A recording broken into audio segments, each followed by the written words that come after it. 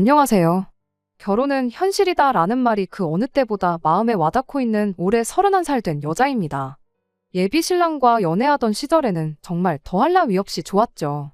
그도 그럴 것이 그땐 마냥 좋은 것만 보러 다니고 좋은 것만 먹고 좋은 이야기만 나눴으니까요.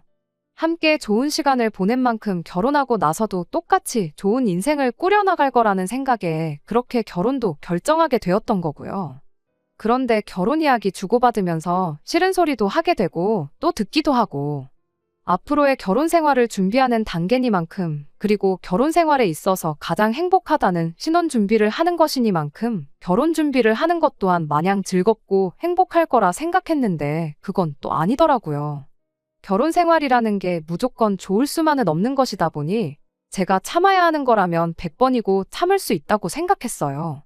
하지만 무엇보다 연애하면서 전혀 눈치채지 못했던 예비 신랑의 본 모습을 보게 되면서 요 근래 생각이 많아졌습니다. 그래서 이렇게 사연 한번 보내보게 되었고요. 예비 신랑은 이름만 들어도 다 아는 좋은 대학 나왔고 회사도 규모 있는 회사 다니고 있습니다. 가끔 데이트하다가도 회사에서 일 때문에 연락이 오면 일과 관련된 이야기를 하는데 어려운 주제에 대해서도 거침없이 해결책을 제시하는 모습을 보면 대단하구나 싶기도 했어요.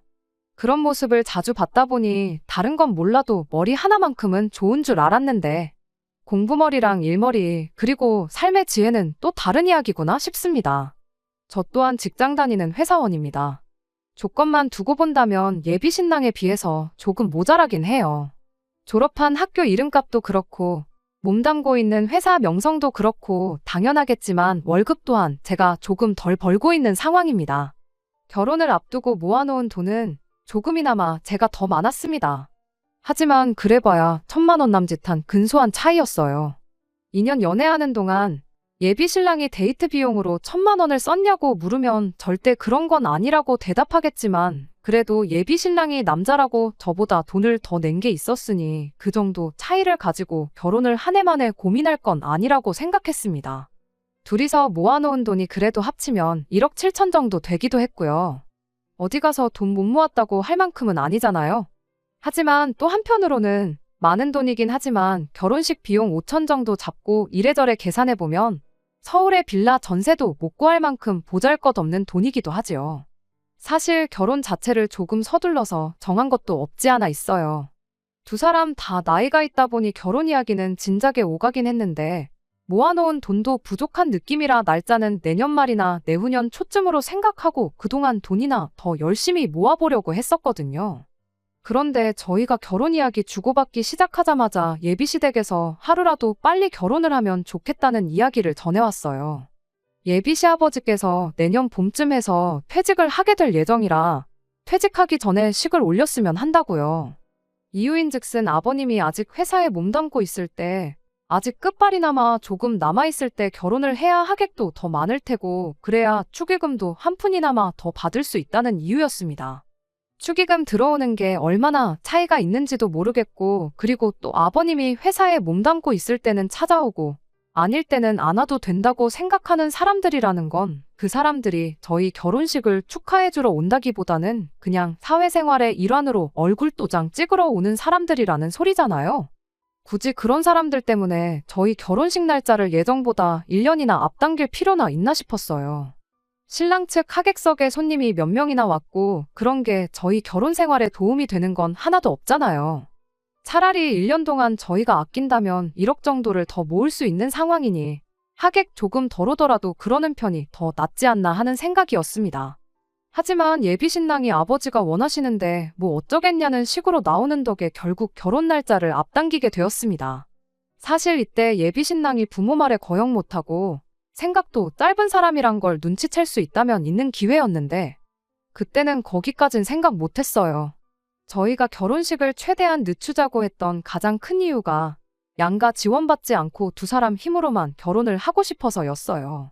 그런데 결혼식 일정이 앞당겨진 이상 양가 지원 없이 결혼하려면 일단은 최대한 결혼식 비용을 아끼는 방법 말고는 돈을 조금이나마 여유 있게 만들 방법이 없겠더라고요. 호텔에서 올리는 결혼식의 예쁜 웨딩드레스, 경치 좋기로 소문난 데 찾아가서 야외에서 찍는 웨딩사진 등등. 사람들이 다들 허세에다가 그냥 바닥에 돈 버리는 짓이나 마찬가지라고들 하지만 그래도 제 입장에서는 인생에 한 번밖에 없을 결혼식인데 조금 욕심이 나는 부분이었거든요. 아쉬웠지만 무슨 방법이 있었겠나요? 최대한 아낄 수 있는 부분에서 아끼기 시작했습니다. 웨딩 사진도 스튜디오에서 찍는 걸로 하고 드레스도 발품 팔아서 그나마 저렴하고 예쁜 드레스로 찾고요. 호텔 결혼식도 이 상황에는 필요 없는 사치나 마찬가지였으니 그냥 적당히 음식 잘 나오는 웨딩홀에서 결혼식을 올리기로 결정했어요. 아쉽기는 했지만 그렇게 한 덕분에 당초 예상했던 것보다 한 1,500 정도 절감을 할 수 있었는데 1,500 아꼈다고 해도 대출 없이 서울에 신혼집을 마련할 방법은 보이지 않았어요.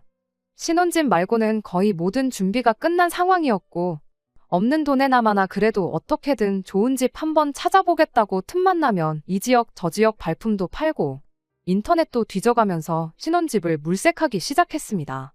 그러다 알게 된 게 꼬마 아파트였어요. 투자 목적으로는 별로긴 하지만 요즘같이 1인 가구, 2인 가구가 대세인 상황에 사람들한테 선호도가 높은 편이라 내놓기만 하면 바로 나가는 거나 다름없다고 요즘 같은 불황에도 황금성 하나는 좋다고들 하는 이야기를 듣게 되었습니다. 집값도 몇 년 전에 비해 거품이 많이 빠진 상태라는 것도 매력적이었지요. 그렇게 작은 평수 아파트를 이래저래 알아보던 결과 마음에 드는 매물을 몇 개 찾을 수 있었어요. 10평 남짓한 작은 집에 지은 지도 오래된 아파트였지만 두 사람 사는 데는 아무 문제 없겠다 싶었고 나름 역세권인데다가 두 사람 다니는 회사랑 접근성도 그렇게 나쁘지 않은 편이었어요. 신혼집 치고는 조금 작고 볼품없을지라도 일단 그 집에 신혼살림 차려서 살다가 돈을 차곡차곡 모아서 아이가 태어날 때쯤엔 더 큰 집으로 이사를 가면 되겠다 싶었습니다. 하지만 여전히 저희가 가진 돈으로는 2억 5천 정도가 부족한 상황이었습니다. 어차피 저희가 내년에 결혼을 했다고 하더라도 대출은 당연히 받아야 하는 상황이었기 때문에 신혼집은 이 집으로 하기로 정하고 대출을 알아보고 있었어요. 그러던 중에 예비 신랑이 좋은 소식이 있다면서 신이 나서 저한테 연락을 해왔어요. 무슨 일인가 했더니 예비 시댁에서 선뜻 2억 5천을 지원해주겠다는 이야기를 해오더라고요. 애초에 부모님께 손 벌리는 게 싫어서 부담돼서 양가 지원은 없이 결혼하기로 했던 건데 하지만 반면에 또 돈을 지원받을 수 있다는 소리가 나오니 갑자기 알터니가 빠진 것 마냥 고민이 해결된 것 같고 그런 큰 돈을 선뜻 지원해주겠다는 예비시 부모님께 감사한 마음도 들었어요. 막상 예비시댁에서 큰 돈을 해주겠다고 나오는데 저희 집이라고 가만히 있을 수는 없었죠. 괜히 나중에 말이 나올 수도 있는 민감한 부분이기도 하니 해야 할 건 확실히 해야 한다고 저희 어머니께서 먼저 말씀하셨기도 하고요. 그래서 저희 집에서도 부랴부랴 현금예단 2천과 의뢰 예단이라고 하면 딸려오는 것들을 준비하기로 했습니다. 신혼집에 혼수를 채워주시겠다고 했는데 집이 10평짜리다 보니 딱히 이것저것 필요했던 상황이 아닌지라 냉장고에 세탁기, 침대랑 에어컨 등등 꼭 필요한 것만 넣으니 비용이 생각보다 적게 나와서 혼수를 포함해서 거기에 국산 준대형차 한 대를 뽑아주시기로 했습니다. 그렇게 저희 집에서 지원해주기로 했던 금액이 대충 돈으로 환산해보면 9천만 원 정도 됐어요. 저희 어머니께서 농담 삼아서 아주 딸 2번 시집 보내면 집이 거덜나겠다고 하시면서 2번은 못 해주는 거니까 결혼하걸랑 싸우지 말고 꼭 행복하게 살라고 하셨습니다. 본의 아니게 양가에서 큰 지원을 받고 결혼하게 되었으니 예비신랑과는 이야기 끝에 양가에 매달 용돈으로나마 얼마씩 챙겨드리자고 이야기를 했습니다. 거기까지는 좋았는데 예비신랑이 먼저 저한테 묻더라고요. 그럼 용돈은 얼마 정도를 드리는 게 좋겠냐고요. 저희 두 사람 벌이가 그래도 저희들 또래에 비해서 낮은 편은 아니었어서 굳이 드린다면 통 크게 드릴 수도 있었어요. 하지만 당장 신혼집 문제가 해결되었다고 한들 거기는 그냥 다음 집으로 이사를 가기 위해 거쳐가는 집이지 평생 살 집이 아니었잖아요. 기분 내는 것도 좋지만 현실적으로 생각해보면 여전히 저희들은 돈을 많이 아껴 써야 했기에 달에 한 20만 원씩 드리면 되지 않겠냐고 했습니다. 사실 그것도 저는 많이 드리는 거라고 생각했어요. 10만 원씩 드리자니 그건 생색도 안 날 것 같기도 하고 오히려 그것도 용돈이라고 주는 거냐 기분 나빠하시지는 않을까 싶어서 그 2배인 20만 원으로 정한 거였습니다. 액수를 정하기 전에 제 주변에 결혼한 사람들한테 의견을 구해봤는데 무슨 매달 용돈을 챙기냐, 어버이날, 명절, 생신 이 정도만 챙겨도 충분하다는 의견이 대부분이었거든요. 사람 일이 앞으로 무슨 일이 생길지 모르는 건데 그렇게 들이다가 중간에 못 드리는 일이라도 생기게 되면 그때는 어떻게 할 거냐, 드리던 걸 끊을 수도 없고 그것도 문제 아니겠냐. 게다가 용돈이라는 게 평생 같은 액수만 드릴 수도 없는 노릇 아니냐. 시간이 지나면서 그것도 더 드려야 할 테고 지금부터 드리면 앞으로 30년은 드려야 하는 건데 매달 드리는 거 감당 가능하겠냐 등등 여러 의견과 조언을 받았었습니다. 그렇게 들은 조언을 토대로 나름의 결론을 내린 게 달에 20만 원이었어요. 별 볼 일 없는 액수처럼 보일지라도 매달 드리는 데다가 명절이나 생신 같은 특별한 날 따로 50만 원씩 챙겨드리면 양가 합쳐서 1000만 원씩 나가는 거고 그게 저희 상황에 할 수 있는 최대치라는 판단이었죠. 그런데 예비 신랑이 제 말을 듣더니 표정이 굳어서는 그건 좀 아닌 것 같다고 하더라고요. 20만 원이라는 액수가 작아서 저러는 건가 싶었는데 그게 아니었습니다. 한다는 소리가 우리 집에서 신혼집을 구해준 거나 마찬가지인데 액수만 따져도 거의 3배에 가까운 돈을 해주시는 거지 않냐고요. 그런데 어떻게 양가의 용돈을 똑같이 줄 수가 있냐고, 그건 말이 안 된다는 겁니다. 저희 집에 20만 원을 줄 거면 이치대로 예비시댁엔 못해도 최소 50만 원은 드려야 한다는 거예요. 제가 이미 앞으로 결혼 생활하면서 매달 생활비는 얼마씩, 저축은 얼마씩 해서 1년에 얼마를 모아야겠다. 이런 식으로 대략적인 예산을 짜놓은 상황이었다 보니 돈을 더 드려야 한다는 예비신랑의 말이 어이가 없었지만 그래도 꼭 예비신랑 고집대로 해야 한다면 차라리 그럼 저희 집에는 따로 용돈을 안 드리거나 10만 원씩만 드리고 예비시댁에 30만 원을 드리면 되려나 혼자 머릿속으로 계산을 하고 있었어요. 그런데 이어서 나온 예비신랑의 말이 더 충격적이었습니다. 용돈 50만 원 뿐만 아니라 거기에 더불어서 매달 200만 원씩을 더 드려야 한다는 소리를 해왔으니까요. 저는 처음에 제가 뭘 잘못 들었나 싶었어요. 그도 그럴 것이 당장 용돈을 20만 원 정도 드리자는 이야기를 하고 있었는데 한 푼 두 푼도 아니고 그 10배에 해당하는 액수인 200만 원 이야기를 하고 있었으니 말입니다.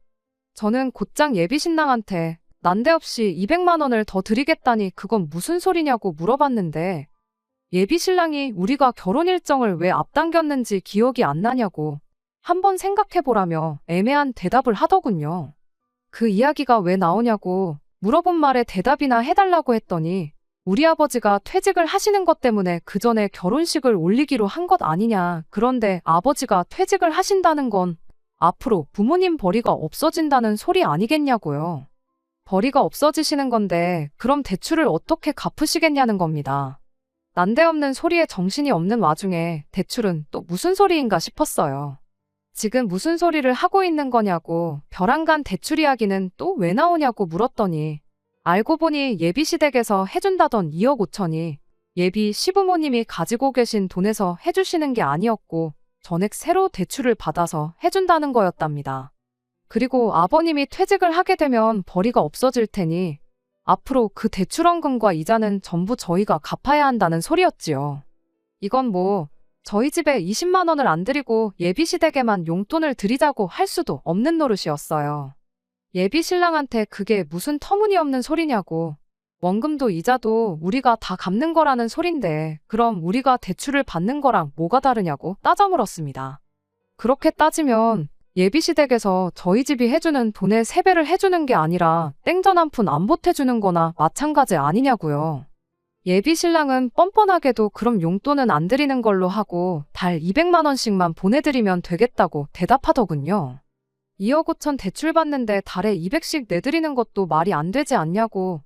아무리 원금까지 같이 갚아나간다고 한들 그럴 거면 차라리 지원받지 말고 다른 집을 알아보자고 했어요.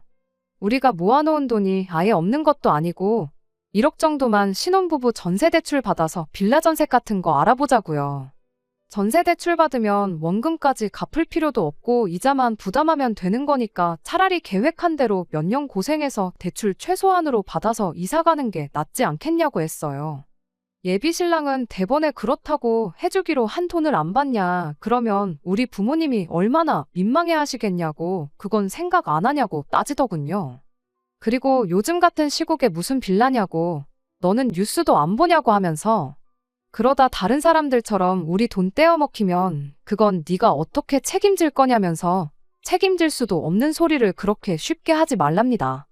굳이 꼭 빌라를 들어가자는 건 아니라고, 현재 우리 상황이나 형편 생각해서 그렇게 말한 거지, 조금 시간 들여서 찾아보면 더 좋은 조건으로 집을 구할 수도 있지 않겠냐고 한마디 해줬어요.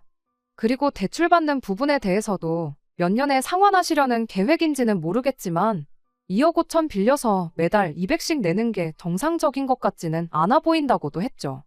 안 그래도 내가 알아보니 당장 우리 회사에서 1억까지는 이자 부담 거의 없이 대출해주는 제도가 있더라고. 굳이 더 비싼 이자로 돈을 빌려가며 신혼집을 구할 이유가 있냐? 모르긴 몰라도 당신 회사도 비슷한 제도가 있을 수도 있지 않겠냐고. 한번 그런 것도 생각해보고 회사에 물어보던가 알아보던가 해달라고 했어요. 당장 부모님 체면보다 우리 돈 얼마 아끼는 게 더 중요한 상황인 거 알고 있지 않느냐고. 신혼집 문제에 대해선 나도 다른 매물을 알아볼 테니 지금 결정하지 말더라도 다시 생각해보는 게 좋겠다고 강하게 저의 의견을 전했습니다.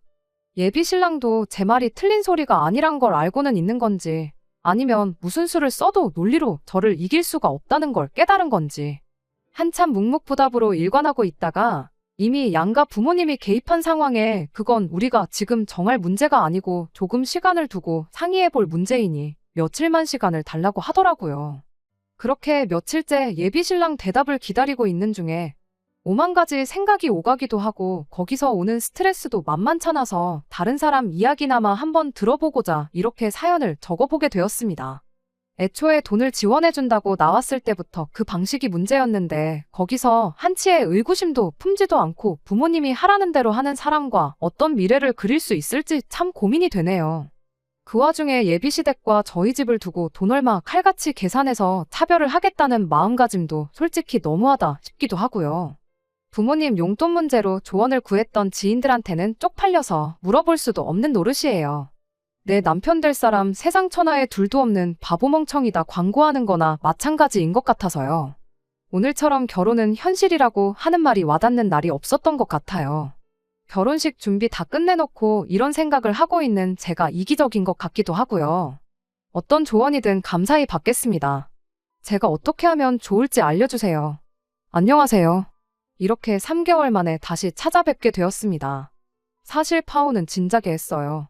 이 이야기를 안 해드리는 것도 또한 예의가 아닌 것 같아 다시 글을 적어봅니다. 예단으로 보낼 이불 좀 같이 보러 가겠냐던 저희 어머니 말에 언제까지 이 사실을 숨길 수가 없겠다 싶어서 결국 부모님께 그 상황을 이야기하게 되었어요. 저희 어머니도 엄청 황당해 하시더라고요. 그래도 미리 알아서 얼마나 다행이냐고 하시면서 그럼 차라리 당신이 해주시기로 했던 예단이며 이런 거 다 없던 걸로 하고 조금 더 보태서 1억 5천을 해주시겠다고 말을 꺼내오셨어요. 저희 집에서 1억 5천을 도와주고 제가 회사에서 해주는 대출로 1억을 받아와서 그 돈으로 신혼집을 구하면 어떻겠냐고요. 혼수야 집이 좁아서 별로 채울 것도 없어 보이는데 예비사돈이 암만 내년에 퇴직을 한다고 한들 퇴직금도 있을 테고 당장 돈 1,000만 원은 못 해주겠냐고 일단 그렇게 하자고 한 번 말이라도 꺼내보라고 하시더라고요. 그리고 용돈 같은 거 필요 없다고 그런 거 저도 모아놓았다가 고스란히 돌려줄 거니까 그냥 처음부터 주지 말라고 하셨습니다. 사실 저희 어머니가 그렇게 나왔을 때 어떻게든 이 결혼을 하겠다는 게 아니라 진작에 파혼을 했어야 하는 거였는데 무슨 좋은 꼴을 보겠다고 예비 신랑을 만나 좋은 소식이랍시고 이 이야기를 전해줬는지 모르겠네요. 상식적으로 생각해보면 누가 들어도 훨씬 더 좋은 조건이 되었는데 예비 신랑은 그 제안을 썩 내켜하지 않는 분위기였어요. 이유는 말을 안 해줬지만 대충 봐도 저희 집에서 돈을 더 해주는 만큼 결혼 생활에 있어서 주도권을 빼앗기지는 않을까 그런 생각을 갖고 있는 것처럼 보이더라고요. 그리고 그 생각은 예비 신랑뿐만 아니라 예비 시어머니도 똑같은 생각이었습니다. 그날 이후 며칠 지나서 예비 시어머니도 함께해서 이 상황에 대해서 한번 허심탄회하게 이야기해보고자 셋이서 만나는 자리를 만들었거든요. 안부라든지 심심한 근황 이야기 할 것도 없이 예비 시어머니가 저한테 대뜸 먼저 말을 꺼내더라고요. 아들한테 이야기는 다 듣고 왔는데 당신은 그렇게는 못하겠다고요. 아무리 생각해도 경제적으로 보나 지금 상황으로 보나 이 방법보다 더 좋은 방법이 없는데 왜 자꾸 갚지도 못할 능력밖에 대출을 받아서 억지로 결혼을 시키려는 거냐 하고 대놓고 물어봤어요. 그랬더니 예비 시어머니가 하는 소리가 아무리 시대가 변했다고 해도 집은 남자 쪽에서 해오는 게 맞지 않느냐고 말을 하더라고요. 저희 집에서 해오는 돈 반도 안 되게 해오는 아들이 앞으로 결혼하고 나서 보고 살 처가 눈치를 생각하면 자다가도 눈이 번떡번떡 뜨인답니다. 돈 얼마 더 해줬다고 저희 부모님이 내 남편 될 사람한테 눈치 주실 분도 아닌데 상견례 때 딱 한 번 만난 걸 가지고 그렇게 생각하는 것부터 어이가 없었어요. 차라리 갚을 능력도 안 되는 대출 받아서 신혼집 해줬다는 이유로 우리한테 달마다 200만 원씩 뜯어가는 걸로 눈치를 주면 주셨지. 절대 그런 분들 아니시라고 대답했죠. 지금이 조선시대도 아니고 신혼집 안 해왔다고 처가에서 아직도 눈치 주는 집이 있기는 한가 싶었습니다. 어차피 받을 대출이면 이자 부담 조금이라도 덜한 게 낫지 않냐는 말도 통하지 않았습니다. 그러면서 자꾸 조선시대 마인드를 강요를 하시길래 저도 그때 그냥 이 결혼은 포기하는 게 낫겠구나 싶었어요. 소 귀에다가 경을 읽어도 이것보단 이해를 잘하지 않겠나 싶었거든요. 그래서 알겠다고 알아서 하시라고 그랬습니다. 2024년에 와서 조선시대 마인드를 강요하시는데 저도 똑같이 조선시대 마인드로 나가야겠다고 집은 어머님께서 해주시는 걸로 알고 있겠다고 대답했죠. 하지만 대출은 2억 5천만 받는 게 아니라 좀 더 알아보셔야 될 것 같다고 했어요. 조선시대에 며느리가 집해 가는 거 본 적 있으시냐고. 그러니 저도 신혼집에 내 돈이며 저희 부모님 돈까지 한 푼도 드릴 생각 없다고요. 해오는 집이 또 기둥 몇 칸짜리 되는 대감님 저택도 아니고 고장 10평짜리 아파트이지 않느냐고. 콩할 만한 집인데 지참금으로 뭐 대단한 거 필요하시겠냐고. 그래도 빈손으로 갈 수는 없는 노릇이니 지참금으로나마 이불 몇 채랑 혼수 정도는 제가 채우는 걸로 하겠다고 했습니다. 그리고 집대출금 또한 내가 버는 돈으로 갚을 생각 없으니 그 부분에 대해서는 아드님과 잘 상의하시라고 했습니다. 아, 조선시대 마인드시니까 제가 밖에 나가서 돈 벌어오는 것도 싫지 않으시냐고. 원한다면 직장도 그만두고 남편 외벌이 시켜서 벌어다주는 돈으로 먹고 살아야겠다고도 했네요. 저는 10평짜리 집에서 뼈 빠지게 집안일 하면서 남편 내조하는 데만 힘을 쏟으면 되는 거 아니겠냐고요. 바깥 양반이 벌어다주는 돈으로 먹고 살고 할 텐데 저희 집에서 사위한테 고마워하면 고마워해야지 눈치 줄 일 없을 테니 좋은 거 아니겠냐고. 혹시나 시댁에도 남편한테 내조하듯이 충성하는 그런 며느리를 원하신다면 서울 구석탱이에 지은 지 30년도 넘은 쥐똥만한 10평짜리 집이 아니라 강남의 신축으로 평수 넓은 좋은 집으로 구해달라고 했습니다. 그렇게 하면 찍소리도 안 하고 남편 처가에 눈치 보고 살 일도 없게 만들고 하늘 같은 남편한테 말대꾸 한마디 안 하고 받들어 모시고 살겠다고. 앞으로 제 남은 평생을 출가외인으로 시댁에 충성하며 나가 죽으라고 하시면 보는 앞에서 죽는 신용도 해드릴 수 있다고요. 그렇게 한마디 했더니 예비 시어머니가 얼굴이 시뻘개져서는 지금 이게 뭐 하자는 짓이냐고 역정을 내더라고요. 저야말로 이게 지금 뭐 하자는 거냐고 묻고 싶다고. 아들이 결혼해서 주도권 없이 지낼까봐 걱정이 되면 며느리가 찍소리도 못하게 완벽하게 준비해놓고 결혼을 시키던가. 그게 안 되겠거든 그냥 결혼시키지 말고 평생 품에 끼고 사시라고 했습니다. 저도 저 사람한테 억지로 나랑 결혼해달라고 붙잡을 생각 없다고요. 해줄 생각도 없었겠지만 어차피 그렇게 못 해줄 걸 알았기 때문에 다시 한번 똑같은 말 한 번 더 해줬어요. 아들 결혼시켜서 처가 눈치 안 보고 며느리가 시댁에 충성하길 원하신다면 그에 걸맞는 걸 준비하시라고요. 강남에 위치한 신축 아파트 그거 해주면 나도 지참금으로 부르는 대로 가져오겠다고. 아니면 나도 그렇겐 결혼 못하겠으니 그리 아시라 말하고 자리에서 일어났습니다. 드라마 보면 마시던 음료수도 얼굴에 끼얹고 하던데 그렇게까진 못하겠고 제가 하고 싶은 말 한 것만 해도 자랑스럽고 제 속 하나만큼은 다 시원했네요. 긴장이 풀려서 그런가 속이 후련해져서 그런가 저러고 밖을 뛰쳐나와 걸어가고 있는데 몸이 막 떨리더라고요. 그러던 와중에 예비 신랑이 저를 쫓아나와서 저를 붙잡더니 너 이렇게 계산적인 여자였냐 하면서 실망스럽다나 어쩐다나 뭐라 하더라고요. 사실 이 상황에 제일 실망스러운 건 예비 신랑이었지요. 배울 만큼 배웠으니 머리가 돌아가도 충분히 돌아갔을 텐데 부모 말에 거역 못하고 그 와중에 어머님하고 대화 나누는 동안 말 한마디 없이 가만히 있던 모습이 너무나도 실망스러웠어요. 예비 신랑한테 계산기 먼저 두들긴 게 누군데 지금 나한테 계산적이라는 소리를 하고 있냐고. 당장 다시 돌아가서 엄마 그렇게 계산적인 사람이었냐고 따져 물으라고. 그래도 지금 상황이 이해가 안 된다면 엄마 손 붙잡고 집에 가서 한번 곰곰이 생각해보라 말하고 헤어지고 집에 왔네요.